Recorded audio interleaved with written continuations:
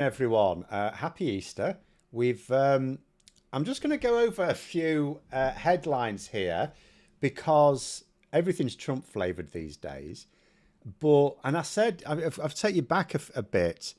When Trump was elected, and Nigel Farage was like a dog with two tails.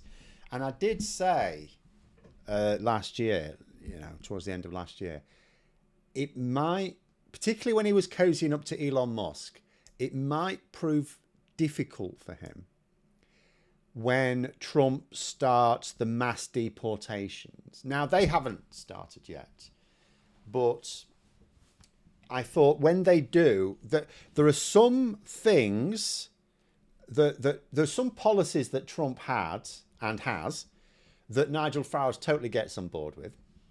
And because he will misrepresent what those policies are to people in Britain who may not be paying close attention. But there were some policies that Trump has that you cannot dress up, you cannot polish the turd. And mass deportations, I thought, would be a bit of a problem for him because he would be inevitably asked, where do you stand on that? Nigel Farage will say no because he's trying to appeal to more moderate voters. Interestingly, and I haven't done the video on it yet, but interestingly, the new party, which Ben Habib has talked about, I don't know whether it was a joke, but I think it was supposed to be called the Integrity Party. I don't really know who's going to front it. Ben Habib is not a person to front a party. He's got no charisma. Neither has Rupert Lowe, although he hasn't said he's getting involved either. But interestingly, apparently this new party will be very Trumpian, and it will have a policy of mass deportations. So the purpose will be to pull off clearly the more hardcore. It seems to me that this new party, which I will discuss at some point, is going to be aiming for those like Tommy Robinson type supporters whom Farage and Tice think that they can take for granted, right? That'll be their strategy. But it occurs to me that Trump is causing problems. He's not causing problems directly for Farage right now, because you'll notice Farage has stopped talking about Trump quite a lot, unless he's asked directly, and then he's like mumbles quite a bit more than usual. Not like him to keep his mouth closed. But I've seen an increasing number of headlines, and there's been a couple very recent ones, where they're talking about the fact that Donald Trump is now a problem for, very right-wing politicians, what we would call populist politicians. Brad, they're saying that the queue to kiss Trump where the sun don't shine is so long it makes the line in state queue look like a line at the supermarket checkout. If you mean America, yes. Well, I mean, this is the thing. He is a mafia boss, and he is enforcing his will in America. And in a lot of cases, it's going to be understandable that some people are just going to go, yeah, just going to go back down. But anyway, let's have a look at some of these headlines because it's quite interesting. So the one at the top is from the Telegraph, Alistair Heath. Now, I will point out, so we've got a headline here from the Telegraph. You've got a couple of headlines from the Daily Mail by Andrew Neil. So he is a journalist of some heft. Admittedly, he has somewhat tarnished his reputation since he initially helped found GB News and then had to leave because he said it was too crazy for him. But he used to be a journalist of some renown, now only really amongst the very right wing. But what you'll notice is they're all basically saying Trump is now a problem. And yet, when Trump was first elected last November, there was... Now, I will point out there are some very, very right-wing people who've never liked Trump. I'm not saying all of the people on the extreme right wing were all cock-a-hoop about Trump's election. Some of them really don't care for him at all. But what you would call the far-right sympathetic media were all universally positive about it. It was going to be brilliant. The Telegraph and the Mail were very much there saying this is going to be great. They were cheering it on. Kemi Badenoch was cheering it on, remember? First PMQs after the election result, she's the new leader of the opposition. What's the first thing she did as leader of the opposition? Literally the first words that came out of her mouth urging Keir Starmer, and it wasn't not that it was his decision to do this, but urging Keir Starmer to arrange for Donald Trump to be able to address the Houses of Parliament, or at least the House of Commons, right? Which is nothing to do with the government anyway. But they were all fawning over him. And now they've sort of gone quiet, and some of them are actually hitting back here. So Alistair Heath there, Trump's epic quest to save the world is going disastrously wrong. I'm going to read you the opening paragraph because it's hilarious. So he says, Donald Trump hasn't blown it yet, but it's a close call. Okay, so he's trying to suggest that, you know, he's on thin ice.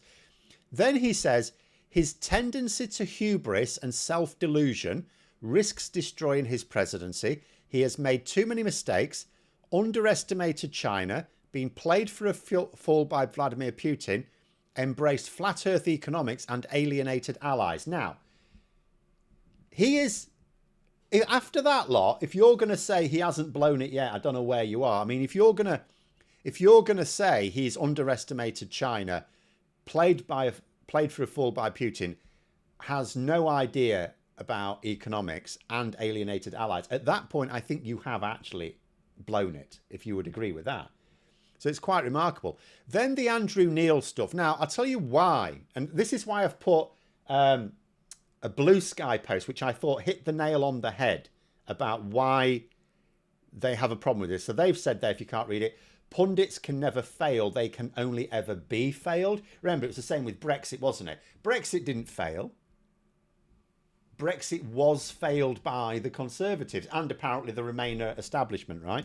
If there'd been a Remainer establishment, just for clarity, there would never have been a Brexit. If Remainers had been in a position to make sure Brexit failed, we would have made sure Brexit... The way Brexit would have failed if we were in charge was it would never have happened, right?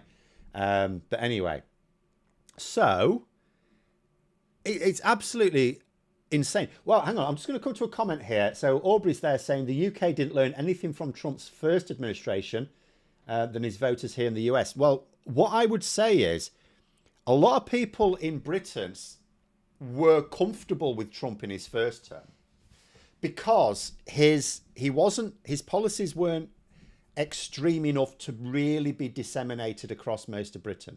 So not that many people in Britain, for example, knew about the policy of separating families at the border, at the southern border.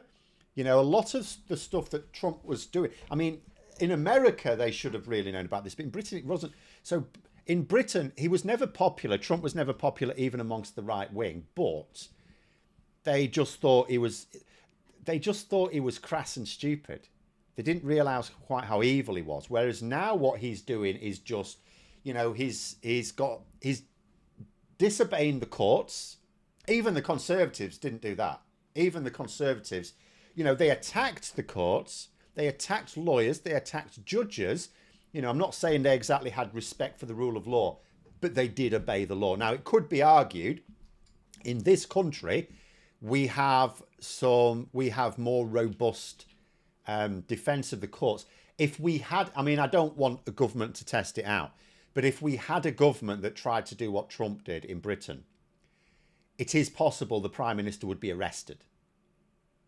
I notice in America, the federal courts are talking about maybe arresting the people who are carrying out the illegal orders for the deportations.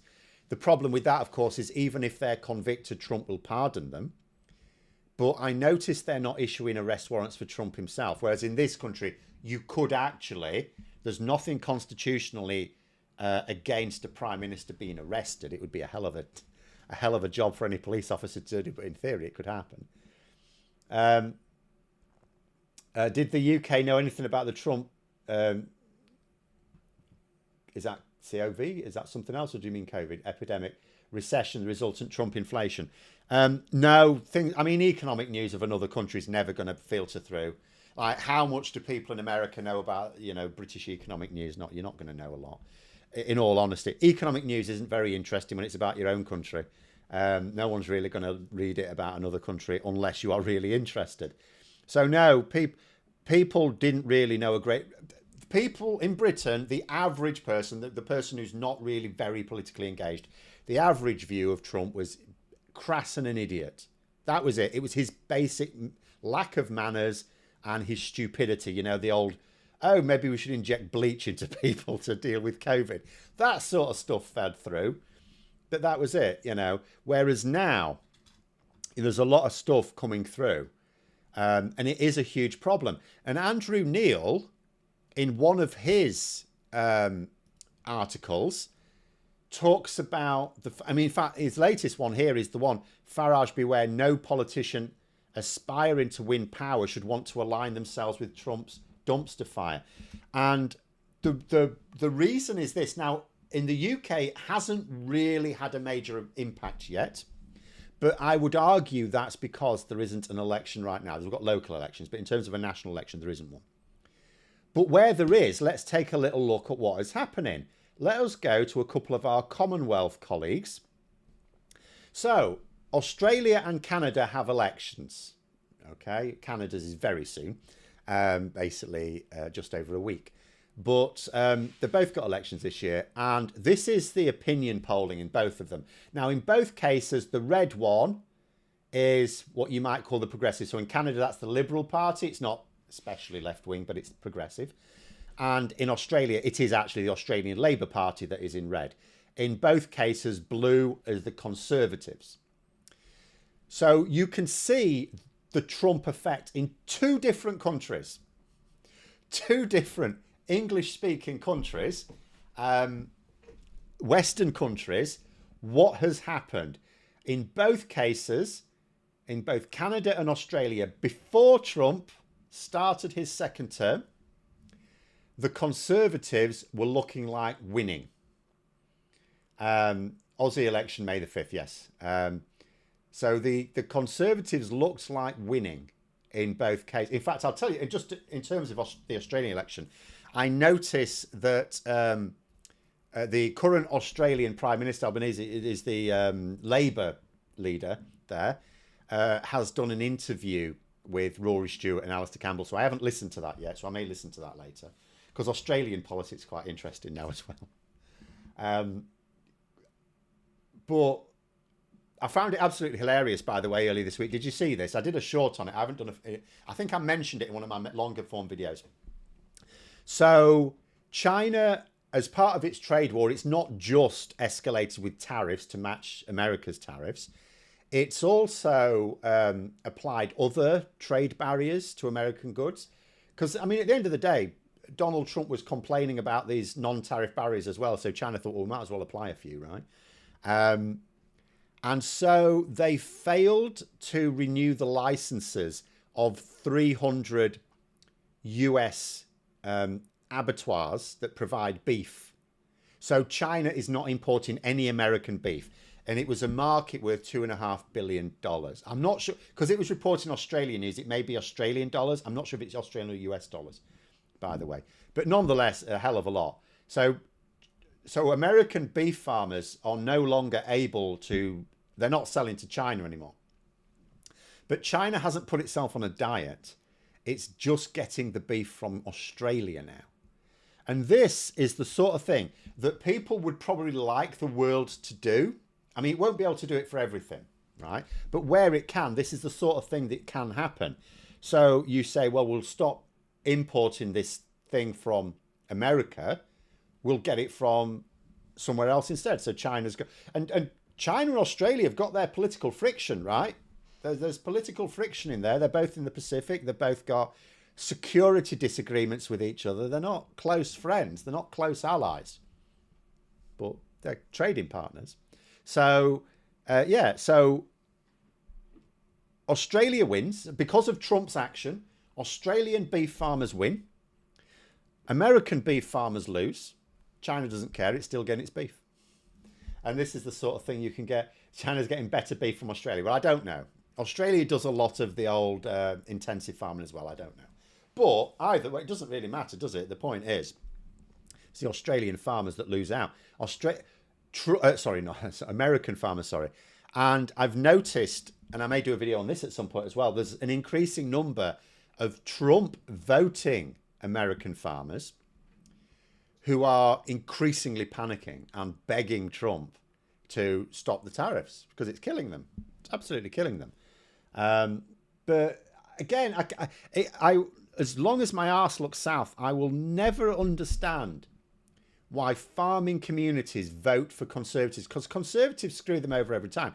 In this country, farmers aren't happy with Labour, but what have Labour done? And again, I've said that the policy should be different, but nonetheless, what have Labour done? They've said that when you die, your children may have to pay some inheritance tax, right? May have to pay some inheritance tax. What did the Tories do to them? They cut them off from the European market to a large extent. And yet, no great fuss about that. Some farmers complain, sure, but no massive fuss. Huge fuss when you're sort of saying, oh, you might have to pay some taxes. I mean, for Christ's sake. And it's all over the world. Conservative governments will always screw farmers over because they will always screw the economy over. But anyway, never mind. But this is the point. This is what the likes of Andrew Neil are worried about. They're not actually worried about Donald Trump's behaviour or his methods because he promised them. Remember, these people were celebrating Trump winning. And yet what are they now complaining about? I mean, we'll go over the Alistair Heath stuff again, right? Let's go over it. Underestimated China. What has Trump done to China that he wasn't promising to do? He promised 60% before the election. He promised 60% baseline tariff on China and 200% on EVs, right? Now, okay, it's escalated above that level now, but Trump's opening move against China was actually way lower than what he promised.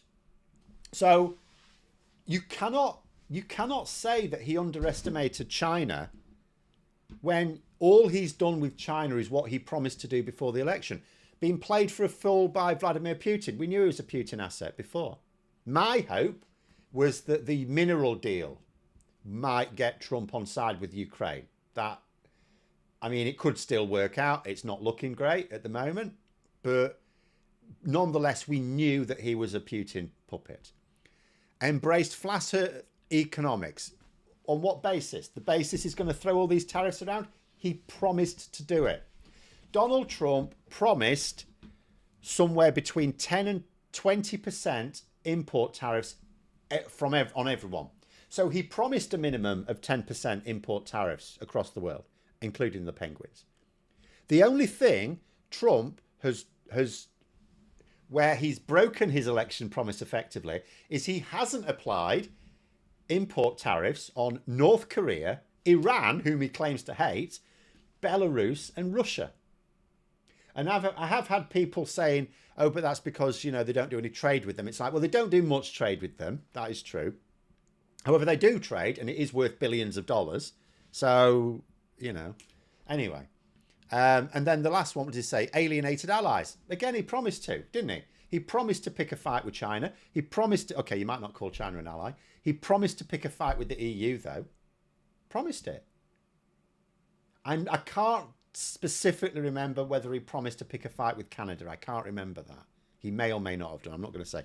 But he certainly promised to pick a fight with the EU. Huge allies of America.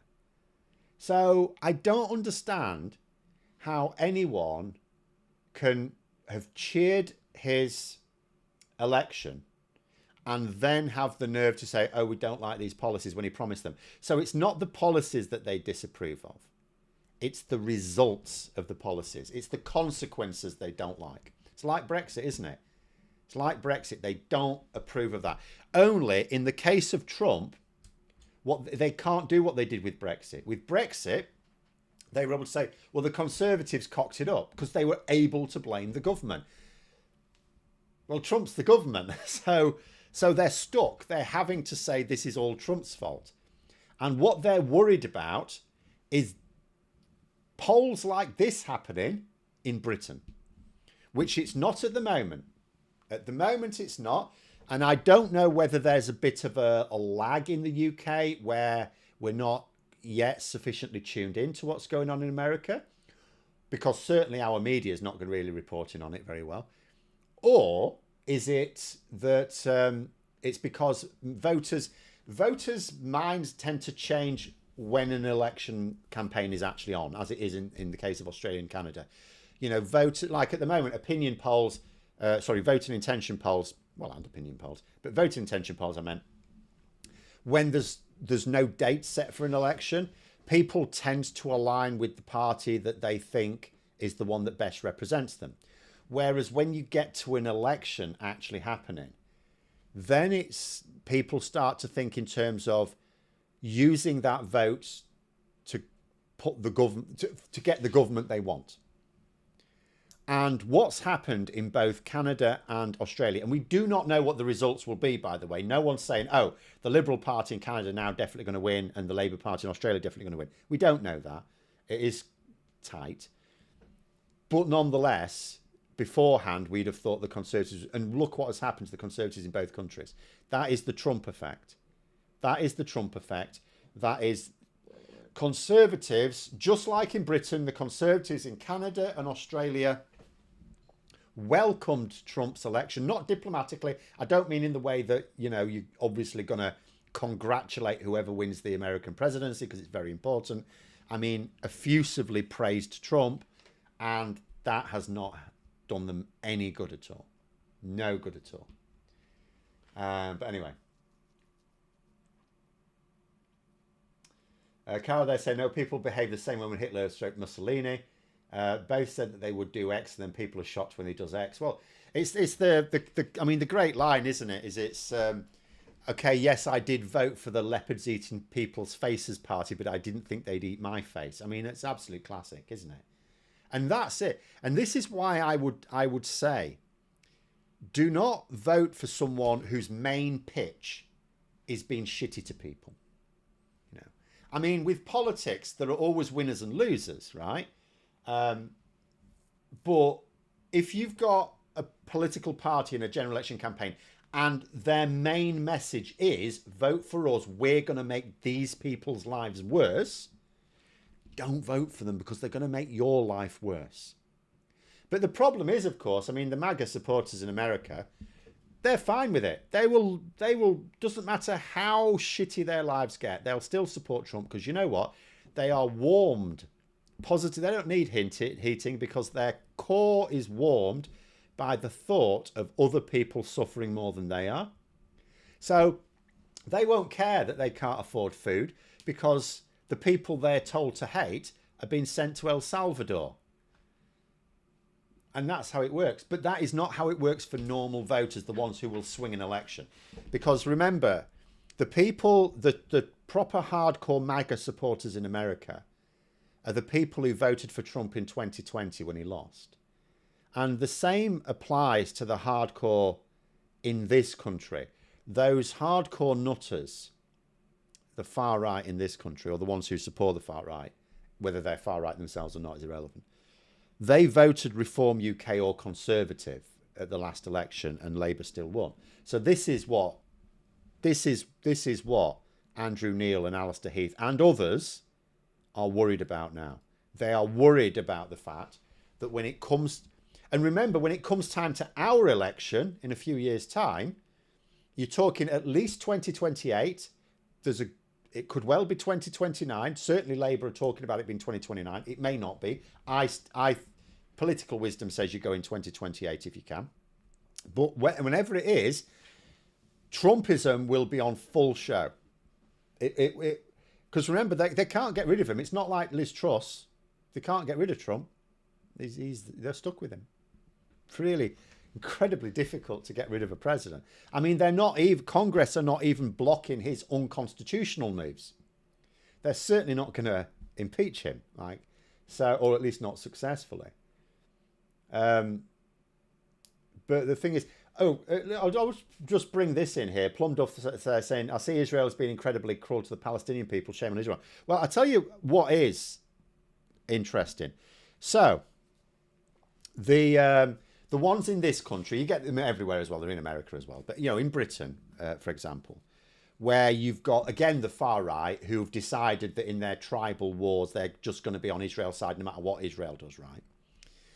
And interestingly, they always talk about our shared Christian Judeo history, right? Whereas look at the way Israel is behaving this Easter. They are preventing Christian Palestinians because you tell them that there's quite a lot of things you can tell these far right nut jobs that will blow their minds. Really, I was saying on Blue Sky actually recently, try telling them that Jesus is in the Quran positively. He's mentioned there quite a few times, because he's considered a prophet in the Muslim faith, and that'll blow their tiny minds. But also, you try telling them that Israel are stopping Christians from being able to celebrate Easter, and but they don't want to talk about that. That won't be in the Telegraph or the Times, will it? That won't be there. But there it is. About time kindness returned to the world. Unfortunately, yes, the people who, we've got a system, just the world has a system that is set up to allow very wealthy people to buy up the means of communication to the public. And those people tend to be very selfish, very unkind, or at the even if they're not unkind, they're at the very least ambivalent, amoral sometimes rather than immoral, but the same thing, isn't it? Uncle Social, they're saying even senior Jewish reps in the UK are against Netanyahu now. I've seen the British Board of Deputies has had to come out against it. I mean, it was ridiculous that it took them this long. I do not understand for the life of me how anyone who supports Israel, like the country, how anyone who supports Israel thinks that this is in Israel's long-term security interest. They are creating... There was during the second Gulf War, so the Iraq War, there was a little game that someone made and brought out, a little simple computer game. And what it was, just to highlight, this sort of thing. And the idea was you were in like a helicopter or something overhead, and and there was like loads of people moving around, and it was very basic cartoons. It's very easy to tell them apart. And you had like normal civilians, and then you had like jihadists, terrorists, suicide bombers, that sort of thing, right? And the idea was to kill the terrorists. So with a cursor, you had a cursor there, bang, bang, bang, bang, bang. But every time, because they were all moving together and within the civilians, every time you killed a civilian, it turned into two terrorists, right? Or jihadists, whatever you want to say, right? And the idea, it was just trying to show this point that when you kill innocents, like if Israel were just taking out Hamas, right? But because they're taking out civilians, most of Hamas are hiding away in like somewhere else anyway, in Oman or Iran or something, or in their own bunkers, wherever. But by killing lots of civilians, Israel becomes the fascist invaders. So you are actually just hardening the attitudes of people who just want peace, because they will just see Israel as not being a country that is capable of peace. And at that point, you create an entire... all your neighbours, you're basically indoctrinating them to believe that it is impossible to have peace with Israel as a neighbour. So they're not getting rid of Hamas. They're not destroying Hamas. They're making Hamas mainstream across the Middle East. And actually much of the rest of the world. Netanyahu at the moment, imagine what would happen, and it could happen. Imagine what would happen if at some point in the future it all became... Because look what happened when you look at the Second World War, and when the news went around about exactly what the Nazis did. Obviously, we sort of knew the Nazis were bad during the Second World War because they were invading everyone, right? But people didn't really know the full horror of what they were doing. They didn't really know what was going on in the concentration camps until the war was over and it was all being reported on. And it created a horror shock across the world that then, of course, led to the Nuremberg trials and all the rest of it. And so you imagine what happens at some point in the future where Americans find out exactly what has been happening, and potentially, and I know it would require a big sea change in America, potentially you end up with an American government that won't stand for it. Israel's buggered then, isn't it? If you had an American government that says this isn't going to fly, They'd be absolutely screwed. And so, and that would make, so what the Israeli government is doing is making Israel much less secure for the future. And it's amazing to me that Israel and Israeli supporters around the world have not seen that. But anyway, did I see your comments regarding Trump and the EU? No, do I have to find it? This never happens. Let me have a look here. It says the EU might have been on America's allies, but cleared Trump himself as a beef with them. Pound the pun is all about number one after all. Well, he is. I'll tell you why he hates Europe, or why I think he hates Europe. It's simply standards. Remember, Trump is all about trade. Trade. That's his thing. Trump doesn't have political beliefs other than trade policy. This idea that America is like this greatest country in the world, so of course, you know, it has to be able to trade more. And he doesn't like, it's actually quite funny. It's because he believes in free trade that he's doing the opposite of free trade, right? But he has an issue with the EU standards. He sees it as Europe's not buying enough American products, even though we actually buy quite a lot. But there's certain products, obviously, we don't buy at all. And he's going, well, that's not fair. You're just putting up these silly barriers. It's like, no, we've got standards, that's all. And that's why he hates the EU. You could argue, why doesn't he then hate Britain? Because, you know, even the Conservatives wanted to maintain standards to an extent. Certainly high enough to stop a lot of Americans selling whatever they want in our market. And there's a couple of things there. Trump does seem to be a bit of an Anglophile somehow. I suppose it's because he's got Scottish ancestry, isn't it? Sorry to Scotland, but unfortunately, yeah. But also, it's... I don't know, I sort of wonder if it's a bit like a case of he knows he can't pick fights with everyone, or he thinks that Britain is weak enough to be persuaded, you know, out of the deal, to accept lower standards in return for the trade deal. To which, by the way, he is going to be, for people's fears, disappointed, because there's, you know, things like, you know, the digital services tax. We could give some big corporations, American corporations, a pass on that in return for getting something useful in trade, because that's not that big a deal. But lowering standards to the point where, first of all, we'd be letting in a lot of stuff into the country but they're deeply unpopular, straight away is an instant vote loser. But also, it would stop us getting our better trade agreement with the EU. And remember, you know, Labour aren't stupid. I know they've done some stupid things. But in terms of like understanding trade, they're not stupid. They know that if we can improve our trade with Europe, we don't even have to join the single market or the customs union. If we can just get the SPS agreement, the veterinary agreement that Labour want, that is worth more than the damage Trump is causing with his tariffs. It's really that simple. Why do I think Starmer is reluctant to be forthright about Israel/Gaza than he is Russia-Ukraine? I think a couple of reasons. First of all, in the case of Russia-Ukraine, it's a simple case of Russia invaded, Ukraine did nothing to provoke it. Whereas with Israel-Palestine, Hamas have been murdering and raping, you know, so there's war crimes on both sides there.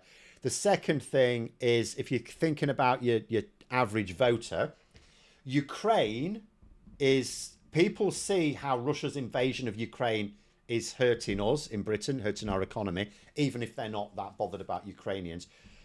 Whereas those same voters, it's like a faraway war, so they don't necessarily see the damage it can cause us. They'll be the first people to complain when we've got Palestinian refugees as well, of which we already have some from previous attacks. But it is nonetheless that, you know, it is, the public are, by the way, I'm not saying the public, it's not like in America. The public are not, oh, Israel was wrong, so it can do all this stuff. It's not like that. But nonetheless, there is but we can't, like, we can align ourselves with Ukraine. We can be 100% on Ukraine's side. we cannot say anything that makes it look like we're on Hamas's side, because Hamas are still, in theory, the authority in Palestine. They are the ones who are reporting, for example, on death figures, and they're the ones that Israel is negotiating with and all the rest of it. So it's politically very, very thorny. But at the same time, in terms of what they're doing, the other thing as well, I suppose, is, although it hasn't worked, this was an argument I, in fact, did make about a year and a half ago, but I don't think it's relevant anymore, is you also wanted to use diplomacy to try and persuade Israel not to. Basically, Israel was doing a damn stupid thing, and we were trying to persuade them not to do a damn stupid thing. I think that ship has sailed. Whereas with Russia, we knew that negotiation was never going to work with Russia. Russia was never going to stop invading Ukraine because we used words. Words was never going to do it. We either had to beat them militarily or beat them economically. It was one or the other. Whereas we cannot deploy either of those things against Israel. We don't have enough trade with Israel to hurt them economically. And we don't, and if we did, America would just prop them up anyway. And we don't even have a military strong enough to kick Russia out of Ukraine, let alone decide to fight a war against Israel and America. So that will not. So again, we're in quite a weak position there. But it is all incredibly messy. But it is a very different situation to America, because in America, if public opinion really turned on this, then the American government could force Israel to pull back immediately if it wanted to. And I actually think it's quite sad, Joe Biden's end on that point as well, because, he spent his time as vice president under Obama really clearly very angry about a lot of people committing war crimes. He was very, and yet towards the end, presumably for trying to get political advantage to stop Trump coming back in, whatever the greater good arguing was, ended up making himself look weak. It was Netanyahu playing Biden rather than the other way around. But anyway, that is what it is. What's my take on the future of NATO when EU doesn't buy US arms soon? Well, you say soon. I'm not sure how soon it will be. I mean, I don't know. But if I were to speculate in my non-expert opinion, what I would say is this. The NATO is the North Atlantic Treaty Organization, right? So even America understands the need to have a defense of the North Atlantic, which we're not just talking about Europe. That's where a lot of it's centered, because a lot of the fighting is likely to be land and air based, but also there's naval security required as well. And in fact, I alluded to this in one of my videos today. So in Britain, we're having a defence review at the moment, and it's been reported that one of the conclusions is going to be, we need to concentrate much more in Europe. And that is actually going to mean we're going to have to pull resources away from some other parts of the world. It's quite interesting. Apparently, we've been getting plaudits from Trump because we've deployed an aircraft carrier or something in the Pacific. Yeah, there's not a lot of point in that. Although we don't need an aircraft carrier in the North Atlantic, so fine, whatever.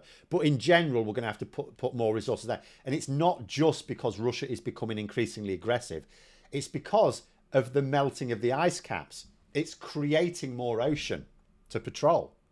And we already don't patrol it as much as we did during the Cold War. So, but what my view is Trumpism is going to die out in America at some point. It could be a long time, right? It could be 10 years' time. It could be 15 years' time. Remember, they always fall in the end. In Czechoslovakia, in Italy, in Germany, wherever these fascists take power, they always fall in the end. Always. Or at least in countries that were democracies. I mean, you could argue in Russia it could last for a long time. But, Russia was sort of used to that. It didn't have democracy for very long at all. Russia was not used to democracy. So there wasn't, and there still isn't really any pushback against it. They're sort of used to it. But in a country where you're not used to it, it can't last, is my view. So I think America at some point, I can absolutely buy that America will not be interested in a land defense of Europe, and it'll say, look, Europe, you need to deal with that. But it will at some point it will get a sensible president again, who recognises that they have a security interest in having the North Atlantic patrolled. So I think NATO is probably fine, because when you talk about us producing our own weapons and things like that, and building up our own defence capabilities, and that will take time. I mean, Macron suggested it could be 10 years. I've seen some experts saying it'd be decades. Could be decades. Either way, it's not before the end of Trump's term. And I'm not saying that at the end of Trump's term he'll go and someone like Gavin Newsom or something will become the president. I really don't know what's going to happen after Trump. I don't know how knackered America's going to be. But at some point, Trumpism will fail. Even if it takes Trump himself to choke on a cheeseburger and find that the MAGA cult has no one else to take over because everyone else is about as dull as ditch water. But there it is. Franco lasted a really long time in Spain. Okay, that is true. But then in Czechoslovakia, it lasted quite a long time, but it still ended up with, being pushed up against a wall and fired at, didn't it? So, not that that's the end I would hope for. I prefer it if these people just rot in prison, quite frankly. But there we go. Saying the badger in my garden has started rolling in the mud. It's a sign, I tell you. Is it? Is it a sign of what? Is it a sign? It was a bit cold today. Maybe it was doing it for insulation. John, they're saying there's still regions of the world seas where Europe will need to step up to protect its trade. Yes. I mean, we saw that, didn't we? We know, I mean, this is, like the Suez Canal, for example, is a big one for us. So there we go. One angry pagan there saying, as a fellow science nerd, I wanted to know what I thought about de-extinction stuff. More broadly, the UK seems to be world leader in genetics. So do we, well, a world leader, I think. Do we know if Labour are pushing funding? On terms of de-extinction, I'm not a fan, really. It serves no purpose. Like, if you want to naturally reintroduce something, and even then you have to be a little bit careful. I mean, in Britain, for example, the idea of introducing animals that we systematically destroyed over a period of years. Like, the thing about Britain now is there isn't really anything that's going to kill you in Britain. Even in parts of Scotland where there are some wilder animals, right? There's nothing that's probably going to kill you. Unlike most other countries, you can pretty much go anywhere. You can go into the wild, miles into the wild, and you'll be fine. Which is why I can never understand British people going to Australia. A lot come back, and I'm not surprised, because in Australia you can't even go into your own shower without dicing with death. But in this country, like nothing, like the weather is fairly temperate. It's miserable, but it's fairly temperate. I mean, when you consider other countries as far north as us, they're all a frozen tundra, whereas we get the Atlantic stream. It's like great. So as miserable as the weather is, like we're not under 2 foot of ice, and then with nothing, and so the flora and the fauna are also very nice to us as well. So we've got a very sterile country, really. So I'm not really sure why anyone would want to bring back anything that could then hunt and kill you. We're not used to it. It's a bit like raising an animal in captivity and domesticating it and then releasing it into the wild. It'll just die. We will just die if you introduce bears back to Britain or something. But in general, the de-extinction stuff, so actually literally creating or pretending, like the direwolves, remember, are not really direwolves, okay? Which may be what you're referring to as well. But creating a new species with science, it's like, no, can we not? We don't need to. It doesn't do anything useful for us. Unless, of course, we accidentally kill an animal that is essential to our ecosystem and we have the means to bring it back. Okay, in that case, maybe. But there we go. Cara, they're referring to... And in terms of... Oh, by the way, in terms of are we going to push funding? We absolutely should. With America cutting funding for science and academia, and some American scientists like needing to get the hell out of there, We should absolutely be attracting them to Britain. 100%. Remember, in Britain, we are in second place in terms of like Nobel for science, in terms of like Nobel laureates. It's like America by far and away in top place, and then it's like Britain, and then I think it's Germany and Japan. So we don't want them all going back to Germany. We want them coming here. We want them to attract them here as much as possible. But there we go. There was a comment there about Trump. I don't think we'll be that lucky. He'll probably die in office, and the religion. See, if he dies in office, it means he dies in the next few years. I don't wish death upon him, by the way. I will be clear about that. I wish him to go to prison. But you know, there are some outcomes that are worse than others. But if he does die in office, that means he's going to die in the next few years. I don't think a lot of people will mourn that. The religious amongst us will have to hope he faces God's judgment. Well, he will certainly do that. But that is cold comfort to the people he is hurting right now. Has Teresa Coffey been released back into the wild yet? Do you know what? I don't actually know what she's doing these days. She's probably got a well-paid job. I'm sure she's not struggling. She'll have a very nice pension as well. How long was she an MP? Shall we have a quick look? They get a pretty good pension, MPs. You know, you only have to have been an MP for 20 years, and it's not bad, you know. It's not a bad pension at all.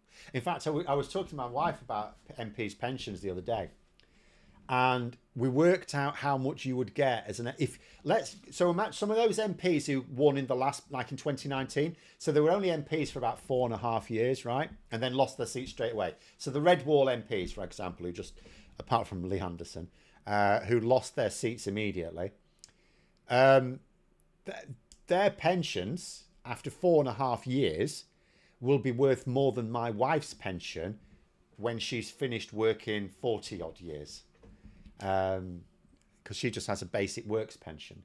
Whereas I was saying, you know, because we're actually first of all comparing it with my teacher's pension. I've only got about 10 years in my teacher's pension. It's going to be much more than hers, because the teacher's pension is actually a pretty good deal. With a teacher's pension, the employer, like the school or college, they pay more than the teacher. So the employee's contributions are less than the employer's contributions. When did she become an MP? Let me have a look here. Can I see? 2010. So she was in there for 14 years. I could work that out. I can't remember. It'll not be bad. That'll not be a bad pension indeed. You could live on it, certainly. Kind of they're saying, I realised that I'd want to see him doing hard labour breaking rocks, but I can't see it happening. No, well, and certainly not hard labour. No, I'd be quite happy with him rotting in a cell. Just rotting in a cell. Letting him see the papers every day where the front page is cheering the fact that he's no longer walking the streets. But anyway, there we go. She's in the House of Lords, is she? Okay.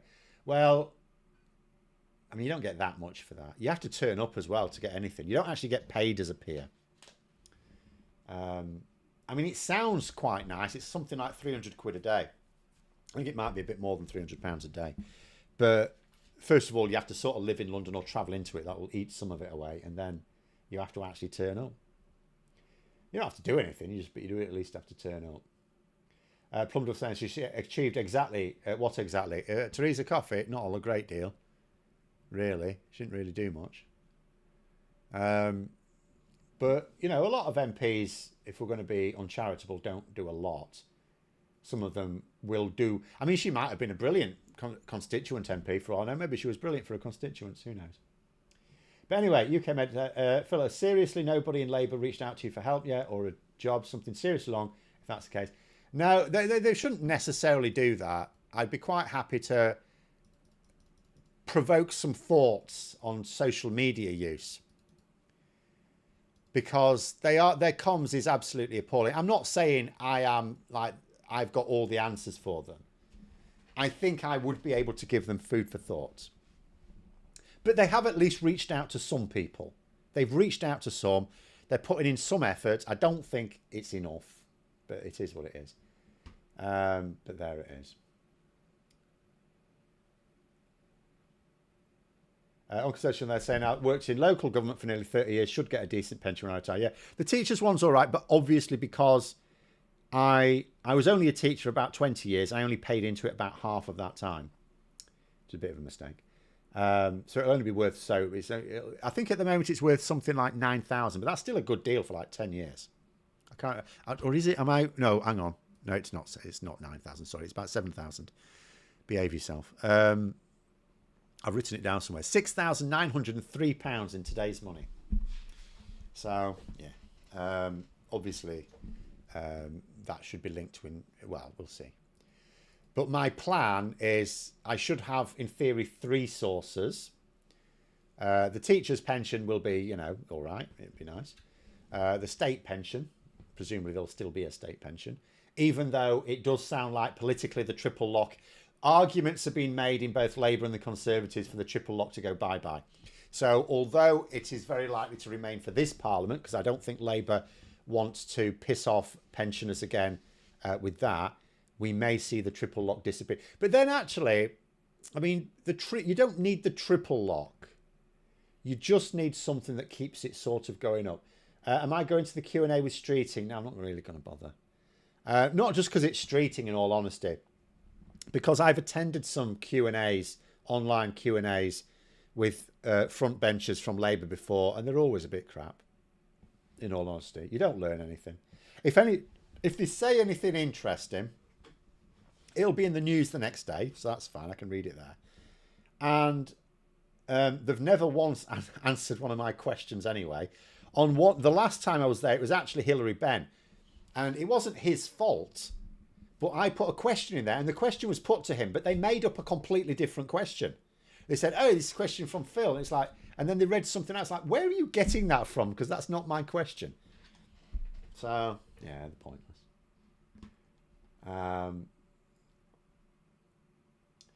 Say Starmer's been encouraged to be more like Trump and get out in front of the media. Yeah, so just to be clear, they're not suggesting he talks shit like Trump or threatens to deport people to El Salvador. But they are making a good point. I did read the article myself.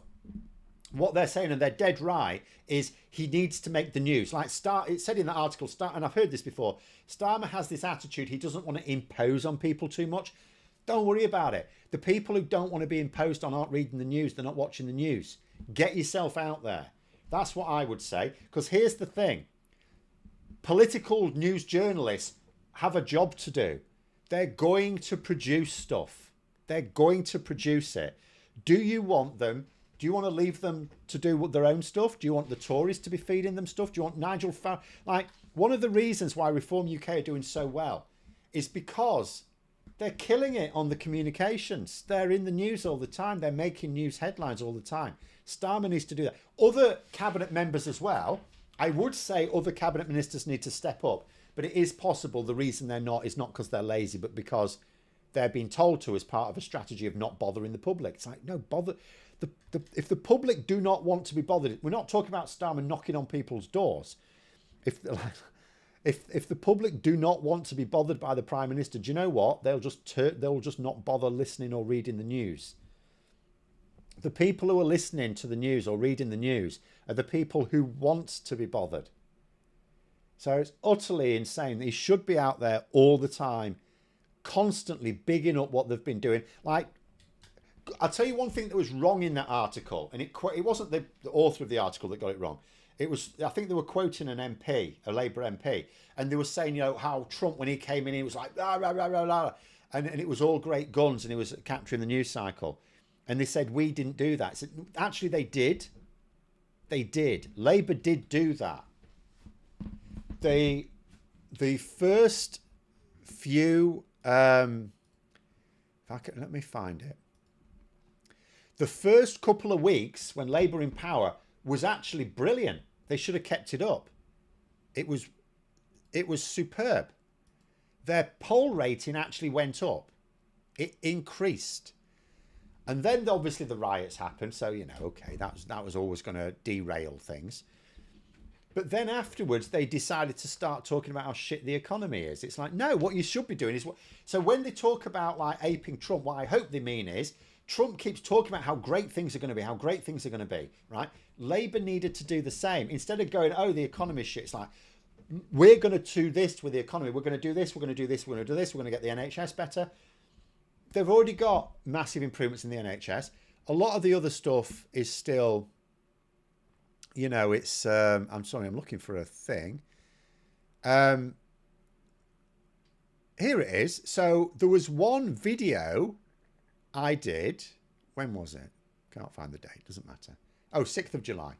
So that was a few days after it. And it was just a video on some political appointments, some ministerial appointments, which you would think would be as dull as ditch water. But I got 229,000 views for that video. And there were some other videos doing really well as well. Labour were actually doing really well in the first week or two. The riots obviously derailed them. That's fine. Can't legislate for that. Well, you can, but they didn't. But then they just went off. They just went off the boil. When they said anything, it was just how shit the economy is. It's like, yeah, we know. That's why we voted the Tories out. People get that. Yeah, the economy's shit. That's why we had to change of government. So why weren't they going, this? We're going to do this, this, and this. We're going to make it better. It's absolutely mental. They need to do that. And the problem is, right? So so they do need to start doing that, and they need to do it a lot. It'll be too late for the May the 1st elections. I'm hoping against hope that it's all right, that the results are okay. We'll see. But instead of panicking when it goes wrong, and what they need to reflect on, and I did say this in my first video today, what they need to reflect on, if Reform UK end up having a really good day on, well, the good day will be May the 2nd, the day after when the results are released. If they do end up having a really good day on May the 2nd, what they'll need to realise is it's not because Reform UK are fighting culture wars. It's because they're getting themselves into the news. Even polling for Trump, right? Trump's polling has now gone down since he came to office. Hasn't gone down nearly enough because he's getting himself into the news all the time. So he's making his case all the time. He's not leaving it to the media to decide what to report about him. He's making the news, which means there's a lot of people who are getting his side of the story. Starmer needs to do the same thing. It's absolutely maddening that they're not. Chris there saying Reeves and Starmer talking about the economy hurt the economy. After the autumn budget, sales went down, didn't recover until the third week of December. That is entirely possible. Do you know what? That is entirely possible. That talking down the economy dented consumer confidence. Yes, maybe, indeed. And what they need to be doing is getting people to feel optimistic about the future. Because if they get people to feel optimistic about the future, when good things happen, Labour can go, we told you, instead of people thinking, well, maybe this was nothing to do with the government, it's just something that happened randomly, right? But anyway. I wonder how many ordinary people are feeling better at the moment with all the policies being announced. Well, all I can say is I do know, I mean, I've talked to various people. The ones on PIP are not happy, put it that way. But in terms of some people that I would sort of class as key voter demographics, I have heard people around here who still hate Starmer, by the way. They hate Starmer, they hate Labour, but they are giving them the nod on the NHS. They are saying, yeah, but the NHS has got better. So it's it's a mixed bag, but they are noticing the thing that has got better. That's encouraging. So that also suggests that when the Employment Rights Bill comes into force, there's a good chance a lot of people will notice that. Although, and if we do start to improve housing and energy and things like that, there is a decent chance people will notice that as well. If people are getting their homes insulated because of Labour starting that up again, hopefully people realise that is a government thing. But the thing is, in order to make people realise that it's down to the government, they need to keep talking about it. And they're not. They're not bigging themselves. I mean, number one job of a politician is bigging yourself up, isn't it? You've got to be, one key quality of Trump is he's very boastful. Boastful. So they certainly need to do that. At the end of the day, what I would say is absolutely boast the hell out of everything you're doing. Let other people say, oh, you're exaggerating. Let them decide that you're exaggerating. Hype the hell out of it. But anyway, it is what it is. We will just have to hope they get a bit better. Should the union involved in the Birmingham's Bing strike make a deal now? Do you know, I don't even know what to do about that. Just for the end, I'll just try and explain briefly to people what that's about. It's an unholy mess. And I will say the union have partial responsibility, but I also don't think there's an easy answer even for them at this point. So what happened is some years ago, and I don't know the details of the pay deal, so I don't know all the details, but as part of a previous pay deal, they basically created a new job that doesn't exist. They got some senior bin men a substantial pay rise for not doing anything. Like sometimes, like in teaching, you might get a management point and extra money for like being assistant head of department or a head of department or something. So I think it was like that, only it was a substantial amount of money and they didn't have to do anything. I think they were supposed to like record things they were given like a tablet and they were supposed to note things down for statistics. But because it was a made up job, it lasted all of about a couple of weeks before they just stopped doing it. So it was just a way of paying some senior bin men a crap load more money. However, it was ruled by the High Courts to be against gender equality laws because we call them bin men for a reason. Most of them are men. The vast majority are men. There'll be some women that do it, not very many. And of course, the council also has employees who are predominantly women who did not get such a pay deal. So like teaching assistants, it can be a mix, but there's a lot of women teaching assistants, other similar roles as well that are heavily staffed by women. So it had the effect of making the gender pay gap much worse, or significantly worse, should we say. So it's illegal. So the council now have to try and work out what to do. So they're saying, look, this non-job has to go. But that means that these binmen are going to suffer a significant cut to their wages. Well, you know, you adapt your standard of living to your wages, don't you? If you won't be able to pay the mortgage on it, that's like, But at the same time, you also can't just say, well, we'll just give a boost to pay to all the other council workers because they ain't got the money. So it's an absolute mess. I mean, at some point there will have to be a deal. I hope it's not another fudge that just kicks the can down the road to another massive problem 10 years later or something. But I honestly do not know what the solution is because it's a mess. Absolute mess. I will just point out, though, I do keep seeing comments from people in Birmingham who are pointing out how tidily they're arranging the bin bags. They're very proud of the fact that the streets are full of rubbish bags, but they're very tidily organised. But well, anyway, we'll leave it at there. Last point there from Chris. Thing is, people need to feel the impact on their bank balances. Yes, improving the NHS major step forward, but people are more bothered about how they're going to afford to live. Indeed. And I was encouraged, as I said, a long time ago it was, when Starmer said, and I think this might have even been last year, that he's going to measure, because he was, remember in the manifesto and during the campaign, it was always going to be, fastest growing economy in the G7, which we might actually be. Now that America's decided to go mental, we may actually at some point be the fastest growing economy in the G7. But he said in PMQs, the way they're going to measure their economic delivery is how people feel it in their pockets. He said that at PMQs. So that encouraged me. But there it is. But there we go. We'll leave it there. Thanks for coming on, everyone. Have a great rest of evening. Have a happy Easter. Don't eat too much chocolate. And until next time, I'll see you later.